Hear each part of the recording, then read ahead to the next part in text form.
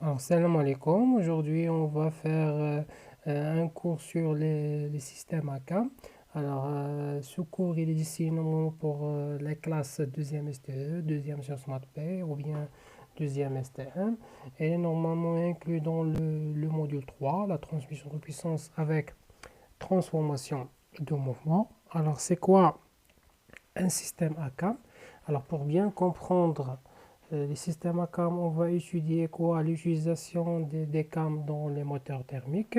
Alors, pour l'utilisation des cams dans les moteurs thermiques, on va faire l'étude sur l'arbre à cam. Alors, avant d'entamer cette partie, on va comprendre d'abord les quatre temps dans les moteurs thermiques. Alors, la première des choses, vous connaissez que le moteur thermique se fonctionne par l'énergie thermique. Alors, c'est quoi l'énergie thermique? Ce sont par exemple l'essence ou bien un gasoil. Alors, s'intègre quoi? La cylindrie où il y a un piston. Mais normalement, il faut avoir quoi? L'explosion pour pousser le piston vers le bas et normalement l'échappement pour vers le haut, normalement pour réaliser un mouvement va-et-vient et convertir avec un l'aide de système bien magnifique qu'on a vu normalement la séance dernière. Alors on s'intéresse normalement ici à faire comment normalement on réalise la synchronisation des étapes. La première étape c'est-à-dire l'admission. Ici il y a de quoi? Il y a deux soupapes. Alors le voilà ici. Alors on fait la synchronisation à l'aide de l'arbre à cam. Il existe ici deux profilages. Ok. Alors un profilage pour ce pape à gauche et un profilage pour ce pape à droite. En revenant normalement à l'animation, et c'est-à-dire lorsque l'embout ici de la cam elle est devant la soupape, c'est-à-dire il y a quoi? Une fermeture. Et lorsqu'il présente dans l'autre côté, c'est-à-dire il y a quoi? Une fermeture, une ouverture. Alors ici, normalement, lorsqu'on va voir l'admission, c'est-à-dire quoi? On va ouvrir la soupape à gauche et on va fermer l'autre. Ok. Deuxièmement, on va faire quoi? Fermer les deux pour avoir la compression. Et troisièmement, normalement, on va voir quoi? L'explosion à l'aide de bougies. C'est-à-dire les deux soupapes restent toujours fermées. Et la quatrième étape, c'est-à-dire on va fermer ce pape à gauche et on va ouvrir ce pape à droite. Alors, toute cette synchronisation, il se fait comment? Il se fait à l'aide d'un arbre à cam. Et la cam, il présente quoi? Un profilage. Ok, voilà. C'est-à-dire les cams poussent les soupapes pour qu'il s'ouvre ou bien se ferme. Voilà, voilà. Alors ici, normalement, les systèmes à cam, ça, c'est un schéma représentant quoi? Les soupapes avec le ressort. Alors, comme j'ai déjà présenté, lorsque l'embout elle est devant quoi? Le plateau, ok? Le plateau, il va pousser normalement soupape de, de translater en haut, c'est-à-dire l'ouverture pour avoir l'admission de gasoil. Et normalement, elle est normalement devant l'autre côté, c'est-à-dire devant pas l'embout, c'est-à-dire le ressort, il a déjà magasiné l'énergie, il va normalement fermer ce pape pour ne pas avoir normalement l'échappement vers l'extérieur. Alors tout ça, il se fait de manière automatique et synchronisée à l'aide de profilage. Alors je présente ici une animation. Alors ici je présente toujours plusieurs types de profilage. Par exemple ici comme un œuf. Voilà. Ça c'est un profilage prédéfini qui présente un diagramme des espaces qu'on va la voir après pour les autres titres de ce cours. Et ici, normalement, un autre profilage qui présente un autre espacement au lieu d'utiliser ce profilage. Par exemple, ici, voilà, il y a une stabilité de la tige et il y a un pic stabilité, pic, c'est-à-dire lorsqu'il est devant cette partie, il est en partie stable. Lorsqu'il est en aura l'embout, c'est-à-dire il y a un pic, c'est-à-dire chaque profilage, il représente un espacement pour la tige. Ok. Alors ici, la fonction principale de la cam, c'est quoi? C'est transformer le mouvement. Alors, c'est quel mouvement d'entrée et c'est quelle est la valeur ajoutée après? La première des choses, mouvement de rotation continu, ok, qui doivent normalement s'ajouter avec un mouvement de translation rectiligne alternatif. Alors, c'est pas toujours rectiligne, on peut avoir quoi? Rectiligne périodique ou circulaire alternatif. L'essentiel pour nous, c'est quoi? Il change de mouvement de rotation continue vers un mouvement de translation, soit rectiligne, soit normalement circulaire, mais alternatif. Alors, c'est quoi continu? On a déjà présenté ça, mais je vais faire un rappel. Alors, continu, c'est-à-dire il ne change pas de sens. Et alternatif, il change de sens, soit à un certain moment positif et à un certain moment négatif. Rectiligne, c'est-à-dire suit une droite. Circulaire, c'est-à-dire c'est curviligne, un mouvement circulaire comme les essuie-glaces de la voiture. Alors voilà, maintenant on va présenter quoi? Les schémas cinématiques, mais avant on va faire une présentation synoptique de système ACAM. Alors je présente toujours plusieurs profilages. On va voir dans les autres titres comment on va dessiner ce profilage à l'aide de diagrammes des espaces de translation du piston. Mais ici normalement il y a la cam, ok, l'axe de rotation, ok. Ici il y a le piston. C'est elle qui est en contact normalement direct avec la cam. Et là-bas, il y a un guidage normalement du piston. On a vu dans l'année dernière, c'est-à-dire premier STE, comment on fait le guidage, un guidage en rotation ou bien en translation. Ici, on présente avec une coulisse. La coulisse et le coulisseux, c'est le piston. Ici, normalement, concernant le schéma cinématique, elle représente les liaisons. Voilà, une liaison glissière silésible, c'est-à-dire entre le piston et le bâti. Ok, et le bâti, c'est liaison, comment dirais-je, glissière. Ici, normalement, le contact entre la cam et piston qui est coulissot est un contact ponctuel. Alors, contact direct, s'il ne représente pas normalement un élément intermédiaire entre coulissot et la cam, ou bien la tige et la cam, et contact indirect, s'il représente normalement quoi? Un élément intermédiaire, par exemple le galet qu'on va voir maintenant, voilà, galet. Alors, ici, on a la rotation de la cam qui, qui représente ici normalement une liaison pivot. Okay? Ici, le contact ponctuel à l'aide d'un système qu'on va l'appeler galet. Elle représente une translation, comment dirais-je, alternative, c'est-à-dire selon deux sens, positif et négatif. Ici, selon sens continu. Okay? On va voir quoi? La rotation avec la valeur ajoutée de la translation de la tige. Alors, comme on a déjà présenté une stabilité et pic, alors ici, ça c'est un tableau représentant quoi? La rotation et la translation alternative. Alors, on a ici les deux composants arbre ACAM, voilà. Et ici, ce PAP, c'est-à-dire qu'on représente le système d'études moteur thermique, la synchronisation du sous-PAP. Alors, mouvement d'entrée, est-ce que c'est sous-PAP ou bien l'arbre ACAM? On a présenté que la cam qui fait la synchronisation, c'est-à-dire c'est et à l'aide de quel type de mouvement mécanique. On sait que les types de mouvements mécaniques, on a deux, soit rotation, soit translation, mais l'arbre à cam, il subit quoi? Une rotation. Vous voyez ici normalement, une rotation. Ça, c'est l'arbre, et ça, c'est le profilage, c'est la cam. Alors, la rotation, c'est le mouvement d'entrée. Est-ce qu'il y a un mouvement de sortie? Non. L'organe moteur, c'est lui, normalement. L'organe moteur, c'est lui, c'est l'arbre AK. Alors, la translation alternative, c'est le mouvement de sortie, c'est-à-dire l'entrée, c'est la cam, et la sortie, c'est la tige, c'est-à-dire à l'aide de quel mouvement mécanique, c'est une translation alternative. Alors, pour éviter le coincement de la tige, c'est-à-dire pour éviter le coincement de colisson, et pour diminuer le frottement, on interpose quoi? Une disposition à poussoir au galet. On a déjà présenté ça, c'est-à-dire on va avoir un élément intermédiaire. Alors, par exemple, ici, galet, qu'on a vu déjà, ou bien cylindre, c'est-à-dire on va encastrer quoi? La tige ici dans le trou, et normalement on aura un contact, ou bien un élément intermédiaire qui est de forme cylindrique ou bien à plateau. Voilà, à plateau.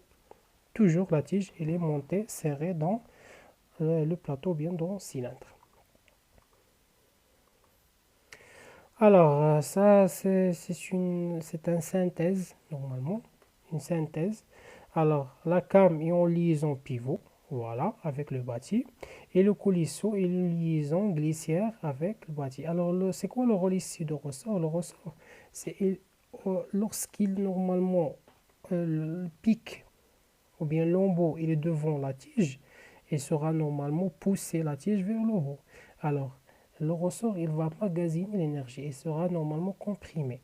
Lorsqu'il descend normalement dans le profilage, il va normalement revenir quoi, à l'état initial qui va pousser quoi, le soupape ou bien la tige vers, à revenir à l'état initial, c'est-à-dire vers le bas.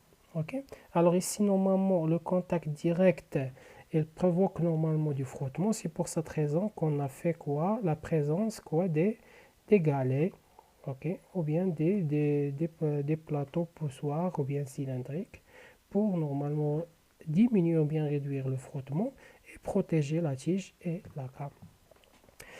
Alors maintenant, on va passer au principe de fonctionnement. Voilà. Alors pour un tour de l'arbre à came, c'est-à-dire un tour, c'est-à-dire une rotation, un tour, okay, on a trois phases.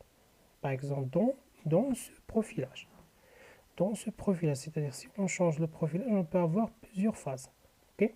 Si par exemple la came elle est totalement circulaire, bien se forme d'un disque, c'est-à-dire il y a une seule phase. Mais maintenant, il représente trois phases selon ce profilage. Je répète, selon ce profilage. Alors, cette partie, la moitié, il est la première phase. Okay. Deuxième phase, c'est montée et descente, c'est-à-dire si elle représente un tige ici qui circule autour de ce profilage, à certains moments, il y aura une montée, la montée, et à un certain moment, il y a une descente, c'est-à-dire la première phase, c'est l'état de fermeture de la soupape, c'est-à-dire les deux temps qu'on a déjà présentés, okay, la compression et l'explosion. Ici, normalement, deuxième phase, c'est la montée de soupape entre un quart de tour de la came, c'est-à-dire la montée, c'est-à-dire la fermeture, l'ouverture plutôt, et la descente, c'est la fermeture de quoi? De soupape. Alors, je commence ici, normalement, j'entre l'ouverture, ok. L'ouverture, c'est la démission, ok. Ici, c'est la compression, c'est-à-dire de soupape fermé. Là-bas, l'explosion, il est normalement dans l'état fermé, ok, toujours. Et la descente, normalement, ou bien la montée, c'est fermeture de la fermeture de et l'ouverture de ce pop. Okay. Alors, la première phase, je répète, c'est l'état de fermeture de la soupape pendant un demi-tour, c'est-à-dire course nulle. On a la course nulle, c'est-à-dire que ce pop, il ne fait pas un mouvement de translation. La phase 2, c'est le montée de ce pop, c'est-à-dire quoi? C'est l'admission, ou bien c'est l'ouverture pour avoir intégré quoi, le gasoil ou bien l'essence à la chambre de combustion. Et là-bas, c'est quoi la phase 3? Elle représente quoi?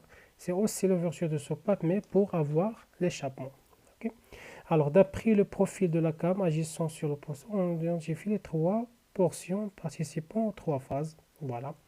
Alors, ici, maintenant, on va présenter différents types de came. Okay. Okay. Alors maintenant, la première des choses, c'est, ou bien le premier type, c'est came à disque. Alors, on va voir ici une animation, c'est-à-dire l'axe de la came, il est perpendiculaire par rapport à l'axe de la tige. L'axe de la came, il est perpendiculaire à l'axe de la tige. Vous voyez ici, c'est-à-dire la rotation de la came se fait selon un axe et l'axe de la tige il est perpendiculaire. C'est la direction de déplacement de la tige il est perpendiculaire à l'axe de rotation de la came. Maintenant, on va voir deuxième type, c'est quoi? C'est-à-dire ici, il y a la direction de déplacement de la tige, elle est parallèle à l'axe de rotation de la came. Voilà, la came elle est là, c'est-à-dire réaliser la rainure dans une pièce cylindrique, une rainure. Ici, normalement, on a le galet, voilà, comme vous voyez dans l'animation. La rotation de la came, elle fait une translation de quoi? De la tige selon le profilage défini par la rainure. Voilà. Lorsqu'on fait la rotation continue de la came, elle fait une translation alternative de la tige. Et troisième type, c'est le came à tambour, c'est-à-dire les deux axes se sont perpendiculaires, mais ici, elle représente un monté normalement de quoi? Selon le profil. C'est la direction de déplacement de la tige, elle est parallèle à l'axe de rotation toujours, mais ici, le monté, bien, montée de la tige, il se fait comment? Selon le profilage, voilà. Et la descente se fait dans l'autre pente. Voilà. Lorsqu'on fait une rotation, on va présenter quoi? La translation de la tige. Alors ici, on a deux types qui représentent quoi? Les deux axes, l'axe de rotation de la came et l'axe ou bien la direction de déplacement de translation de la tige se sont parallèles, came à rainure et came à tambour, mais dans la came à disque, les deux, l'axe de la tige et l'axe de la came se sont perpendiculaires. Okay. Alors maintenant, on va passer à la partie très très importante. Normalement, toutes les parties sont très importantes, mais ici, normalement, c'est une partie que vous devez bien fixer les remarques et bien illustrer la démarche. Alors, traçage de la courbe des espaces d'une came à disque. Alors, il y a ici normalement deux, deux, deux passages, c'est-à-dire soit le passage d'une came à avoir quoi? La courbe, c'est-à-dire la courbe des espaces, ou bien l'inverse, c'est-à-dire à l'aide de la courbe d'espace, tu dois normalement dessiner, vous devez dessiner quoi? Profilage de la came. Alors la première des choses, on va commencer de quoi? On va commencer à tracer la courbe des espaces d'une came à disque. Alors à partir, voilà, ça c'est une came présentée, ok? Par exemple, dans un exercice, vous aurez ça dessiné, ça c'est la came. Alors ça c'est galet. Okay, ce sont des données. On va dessiner quoi? Le diagramme des espaces. Alors la première étape, c'est tracer le cercle minimal. Alors, le cercle minimal, il est représenté normalement par le rayon ou bien le diamètre. Ça sera donné ou bien déjà dessiné. Ok? Alors maintenant, voilà, ça c'est galet, voilà. Je vais mesurer les cames dessinées. Alors, tracer cercle minimal de rayon OA. Alors, le cercle minimal, c'est quoi? C'est un cercle de rayon, normalement, c'est la plus petite distance, entre centre de galet et centre de la rotation de la came.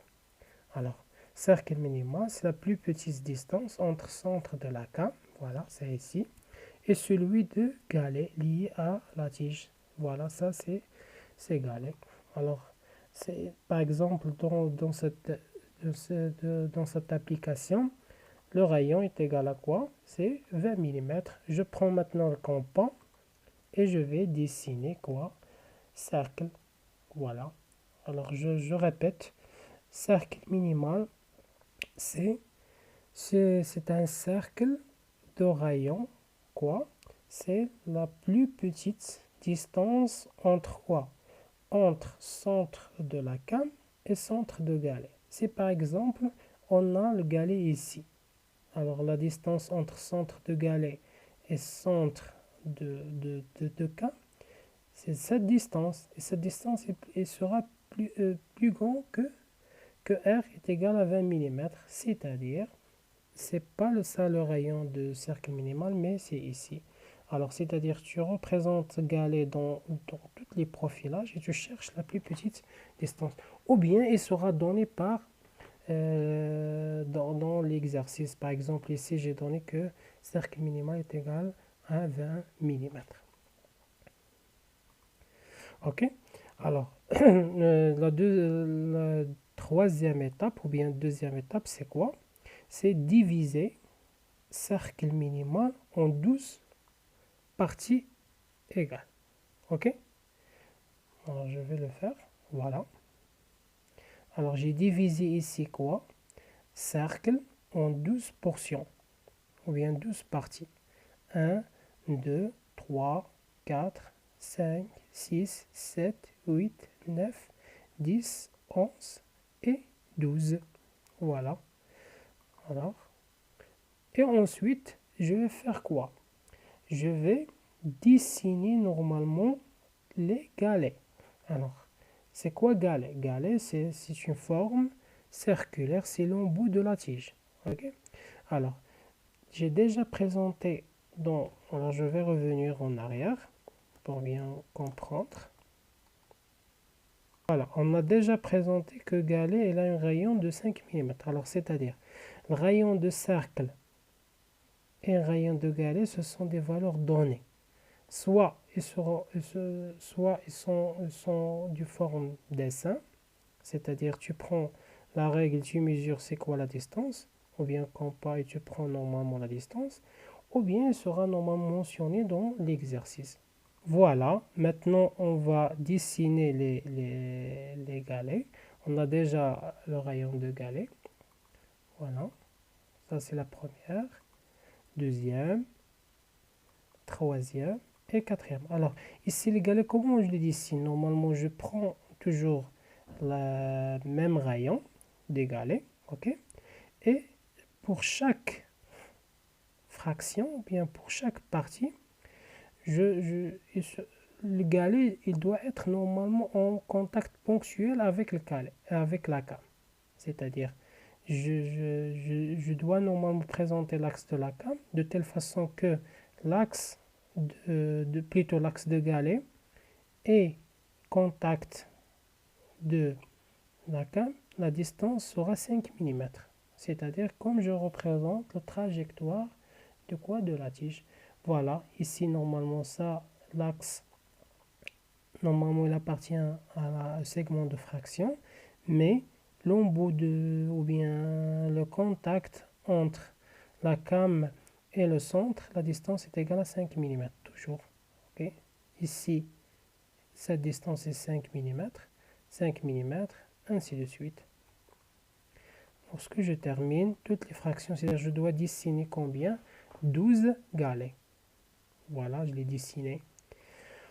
Ensuite, je prépare maintenant le diagramme des espaces. Ok. Alors, c'est quoi normalement le but? Le but, c'est convertir le profilage de la came prédéfini vers un espace ou bien un diagramme des espaces en fonction de temps de fraction de ou bien la fraction du cycle. Fraction de cycle. Ok. Alors, comment je dois faire ça ou bien comment je vais faire ça? Je dois présenter le centre de galet et le point de cercle minimal. C'est-à-dire, je vais nommer les centres et quoi? L'intersection entre le segment de fraction et cercle minimal. Voilà. Alors, par exemple, ici, 0, c'est le point c'est le point normalement d'intersection entre quoi? Entre cercle minimal et segment de fraction. Ok? 0', c'est quoi? C'est centre de galet. Ok? Maintenant, ici, c'est la même chose. Parce que ici, normalement, il n'y a pas dans cette partie de ce point vers ce point, normalement, il n'y a pas de translation de la tige. C'est pour cette raison qu'on va avoir dans tous ces galets le centre de quoi? De galet qui est le prime avec le point d'intersection entre un segment de fraction et cercle, ce sera normalement confondu. Voilà, je continue. Ici, la même chose, c'est-à-dire elles sont normalement même point, 2 et 2 primes. Voilà, jusque je vais avoir 5 et 5 primes. Alors, c'est-à-dire selon ce profilage que j'aurai normalement cette particularité. Alors maintenant, les deux points ne se sont pas normalement dans le coïncider. Alors, c'est-à-dire le point 6, c'est le point d'intersection entre normalement droite de fraction et cercle minimal. C'est ce point, point 6. Et 6', c'est quoi? C'est centre de Gallet. Voilà, la même chose ici normalement. Ici c'est 7, et 7 c'est 7'. Continue. 8 c'est ici. 8', c'est centre de Gallet. Et là, ici on revient normalement à quoi? Que les deux points se coïncident. Voilà, 10 et 10', ainsi de suite. 11 et 11', et 2 et 2', parce que normalement j'ai commencé par 0. Voilà. Alors maintenant, j'ai présenté les centres de Gallet et les points de cercle minimal. Maintenant, je dois normalement remplir le diagramme des espaces. Alors, pour remplir le diagramme des espaces, je dois faire quoi? La naissance de quelques paramétrages. Alors, premier paramétrage, c'est quoi? Ce que, normalement, l'arc 0,1, c'est quoi l'arc 0,1? C'est ce point 0 vers le point 1. C'est quoi? C'est normalement la distance, ou bien le segment 0,1 ici. Ça, c'est 0, ça, c'est 1. Okay? Alors, normalement, j'ai divisé quoi? Cercle minimal en 12 portions égaux, c'est-à-dire 0, 1, et 1, 2, 2, 3, 3, 4, ils sont toujours aussi égaux. Okay? Et c'est quoi la valeur? Normalement, on a un tour. J'ai présenté ici que, on a présenté à une échelle que un tour il est égal normalement à 120 mm, c'est-à-dire de 0 et 1 est égal normalement à 120 mm sur 12, qui est normalement 10 mm. Ok? Alors voilà, l'arc 0,1 est égal à 120 sur 12. Pourquoi j'ai divisé sur 12? Parce qu'on a ici 12 fractions. Et si je mets par exemple un lapin ici, il va normalement faire quoi? Il va faire courir la distance de 0 par exemple vers et revenir à 12 ou bien revenir à 0, et va normalement avoir la distance de 120 mm. C'est-à-dire la distance parcourue normalement de 0 vers 1 est égale à quoi? C'est 120 sur 12, qui est égal normalement à 10 mm. Okay? Et la distance sont égaux, c'est-à-dire 0, 1 est égal à 1, 2, 2, 3, ainsi de suite. Et la valeur, c'est combien?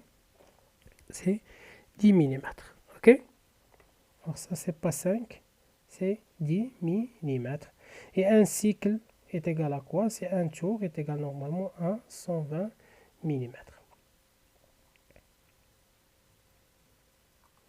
Alors voilà, ça c'est pas 5, c'est 10 normalement, parce que normalement 120 mm sur 10, c'est sur 12 plutôt, c'est 10 mm. Et on va dessiner normalement quoi?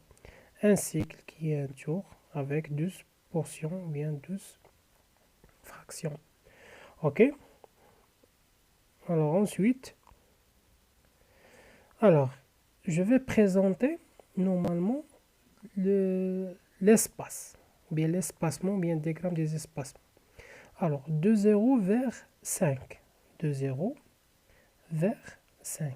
Est-ce que normalement les deux points se coïncident? Oui, la question c'est oui. C'est-à-dire de 0 à 5, il n'y a pas un changement, il n'y a pas un espacement entre centre de Gallet qui est 5 par exemple, et 5' qui est normal, centre de Gallet qui est 5', et 5 qui est normalement l'intersection entre l'arbre, ou plutôt normalement le segment de fraction et cercle minimal. Il n'y a pas un changement, il n'y a pas un espacement, il n'y a pas un décalage entre ces deux points. C'est-à-dire, je mets l'espacement est égal à 0, c'est-à-dire de 0 à 5, l'espacement est égal à 0. Par contre, dans le point 6, on aura quoi? On aura un espacement qui est égal à quoi? C'est de 0 vers 6'. C'est-à-dire, normalement, je l'ai mesuré. Vous pouvez normalement le mesurer par une règle. Ok, 5 mm. Ok, tu dois normalement le mentionner ici. Alors, dans le point 6, ou bien fraction 6, on a quoi? On a normalement 5 mm, c'est le décalage entre 6 et 6'. La même chose, on va faire la même chose ici, normalement 7. Voilà, c'est 13 mm. Voilà, on va le représenter ici. La même chose à 8, 8 et 8', c'est 5. Ok. Alors, et normalement, 9, il n'y a pas un espacement entre 9 et 9', c'est-à-dire la valeur est égale à quoi? À 0. La même chose, 9, 10, 11 et 12, c'est-à-dire j'ai réalisé quoi? Normalement, un tour de 0 vers 12 et j'ai terminé, c'est-à-dire j'ai balayé tous les espacements entre le centre de galet, je répète, centre de galet 5' et par exemple 5, c'est droite de fraction et cercle minimum, intersection. Ok, alors la rotation d'une fraction de tour de la gamme transmet à la tige soit normalement un mouvement de montée entre 5 et 7. Entre 5 et 7, c'est un mouvement de montée. Et entre 7 et 8 et 9, c'est un mouvement de descente. Et on va avoir descente. Et les autres, ce sera normalement un repos, c'est-à-dire aucun mouvement. Il n'y a aucun mouvement. Alors, de 0 à 5, aucun mouvement. 0 à 5, aucune translation de la tige, de galet ou bien la tige. De 5 à 7, montée. De 7 à 9, descente. Et de 9 à 12, aucun. Alors, c'est-à-dire, ici, j'ai converti quoi? Le profilage de la came vers un diagramme d'espacement, ok, en fonction de temps et fraction de cycle. Alors maintenant, on va passer au troisième ou bien cinquième chapitre, c'est tracer de profil d'une came disque selon un diagramme des espacements. C'est-à-dire, on présente, je donne par exemple dans un examen, ou bien dans un contrôle, ou bien dans un exercice quoi, un diagramme des espacements, le voilà, et je vais avoir le converti à un profilage convenable à quoi? À cette figure. Voilà. Alors, à partir du diagramme d'espace de temps de la came, nous traçons son profil, c'est-à-dire ce diagramme, ou bien cette figure, c'est quoi? Le profilage. Le profilage, normalement, correspond.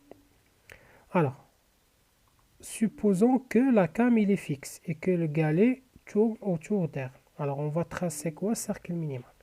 Toujours ici, traçage de cercle minimal est donné. Normalement, soit par un rayon, soit il sera dessiné. Voilà, cercle minimal. Alors, le rayon ici, c'est quoi? C'est 30 mm.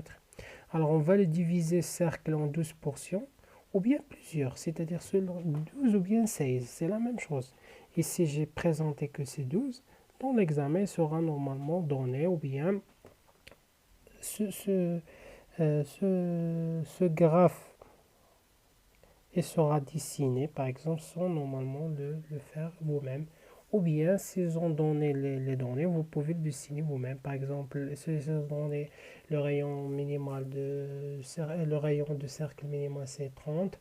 Et vous divisez normalement cercle minimal en 12 portions, vous devez le faire vous-même. Ou bien, cette partie sera donnée, dessinée dans les feuilles ou bien dans le document réponse. Voilà, alors lorsque j'ai divisé cercle minimal, je vais normalement mentionner quoi? Les numéros, c'est-à-dire les points de l'intersection entre quoi et quoi? Entre droite qui représente fraction et cercle minimal. Par exemple, ici c'est 0. C'est l'intersection entre cette droite et cercle minimal. La même chose, 1, 2. Ce sont les points de départ, ou bien les deux points de départ pour calculer l'espacement. Ok. Ensuite, je mesure. Alors, je vais mesurer quoi? Dans le graphe des espaces,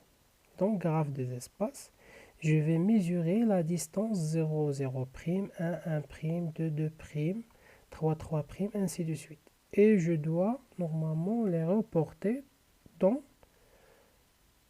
dans ce graphe à l'aide de quoi? À l'aide de dessiner l'axe de Gallet. Et c'est quoi l'axe de Gallet? C'est cette prime, par exemple. Comment on va dessiner cette prime? 6', 5', ainsi de suite. Alors, je dois normalement utiliser quoi? Le diagramme des espaces, c'est-à-dire à l'aide d'un compas. Je donne par exemple cette méthode. Vous pouvez utiliser compas. C'est l'échelle réelle. C'est-à-dire, vous devez comprendre ça. C'est-à-dire, si je présente l'échelle réelle, c'est-à-dire je prends seulement compas et je mesure la distance de 3 et je vais le mentionner ici. C'est ça, c'est réel. C'est normalement, il y a une échelle là-bas, c'est-à-dire ça, c'est 15 mm. C'est la valeur, par exemple, trouvée par la règle. Mais l'échelle, c'est 1/2. C'est-à-dire la valeur que vous devez normalement prendre, c'est 30. L'essentiel, c'est quoi? C'est de normalement comprendre et maîtriser l'échelle. Alors ici, normalement, on va prendre l'échelle réelle. OK? Alors, c'est quoi la distance entre 0 et 0'? C'est 0. Voilà, 0 et 0', c'est 0. 1 et 1', c'est aussi quoi? 0. 2 et 2', c'est aussi la même chose, 0. C'est-à-dire, les deux points se coïncident. Mais par contre, 3, non. Il y a un espacement là-bas. Alors, comment je dois le faire? C'est-à-dire, je mesure cette distance, soit avec le compas, soit avec la règle, et je vais le mentionner ici. Alors, le point de départ, c'est 3. Le point d'arrivée, c'est 3'. Et cette distance, elle représente cette distance. Ainsi de suite. Par exemple, maintenant 4. Voilà.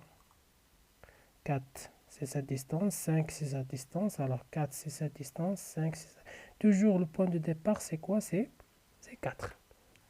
J'ai déjà présenté que cette distance, elle représente le décalage ou bien l'espacement entre centre de l'intersection entre droite de fraction et cercle minimal qui est 1, 2, 3 et centre d'égalé qui se représente ici par les primes, 3', ainsi de suite. Par exemple, 6 là, ici, c'est cette distance. Voilà. Je prends cette distance, je vais le mentionner ici. Le point de départ, c'est 0.6. 6, 7 et 8, ce sont égaux. Okay. Cette distance est égale à cette distance est égale à cette distance. Comment je le savais? Par exemple, ici, 6 à 6', 7 à 7', 8 et 8' sont égaux. Par contre, 9, non. Je vais dire, la valeur elle sera diminuée. Voilà, 9 et 9'. 10 et 10', la même chose. Et 11 et 11'. Mais 12 ici, il revient à la valeur 0. Voilà, 0, 0. Ok, alors maintenant, j'ai dessiné quoi? Les cercles. Ensuite, je vais balayer entre quoi et quoi. Voilà, ça c'est la partie très importante. J'ai dessiné normalement les galets. Maintenant, je vais balayer entre les extrémités des galets. Voilà, ce point, vers ce point, je le balaye, je trace la courbe. Voilà, comme j'ai fait avec le crayon.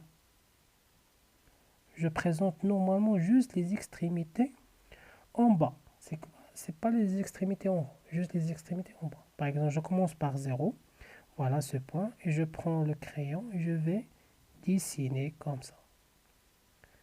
Je fais une trajectoire tangent aux extrémités bas des galets. Voilà.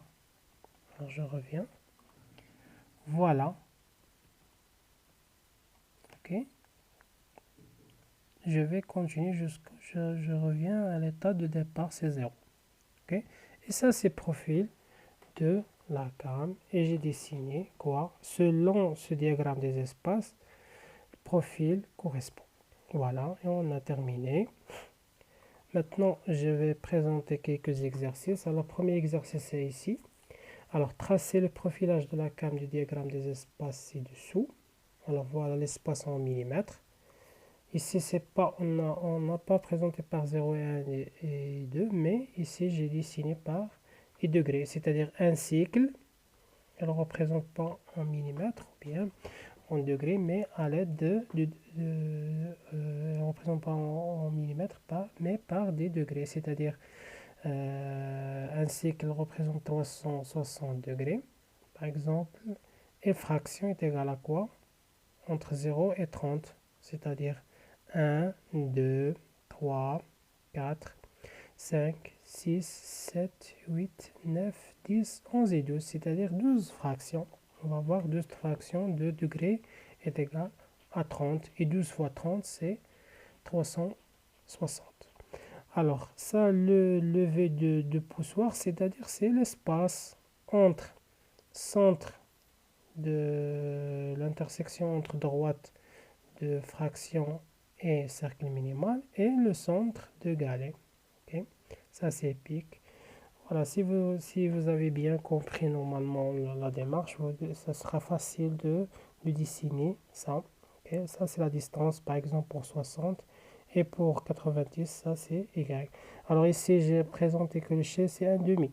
Voilà, c'est-à-dire vous prenez la règle pour mesurer Y et X, mais vous devez le convertir, c'est-à-dire vous devez le multiplier fois 2.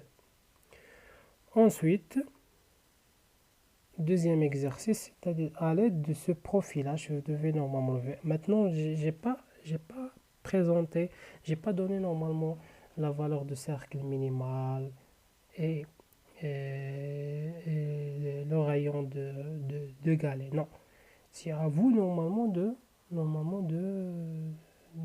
illustrer ou bien d'avoir le rayon et le rayon de galet, le rayon de cercle minimal. C'est à vous de le présenter. J'ai déjà défini normalement la définition de cercle minimal et de galet. Vous devez normalement le mentionner. Ensuite, vous devez convertir ce profil de cam vers un diagramme des espaces. Okay. Faites un effort. Normalement, on va le faire. Je vais présenter une autre vidéo qui représente la correction des exercices, mais vous devez normalement comprendre la démarche en réalisant ces deux exercices. Et merci pour votre attention. Si vous avez des questions, n'hésitez pas à me contacter à l'email, ou bien à mon numéro de téléphone, ou bien à la page Facebook où je mets plusieurs cours. Okay? Et aussi dans la page YouTube où je vais normalement présenter ce cours. Okay? À la prochaine, Inch'Allah.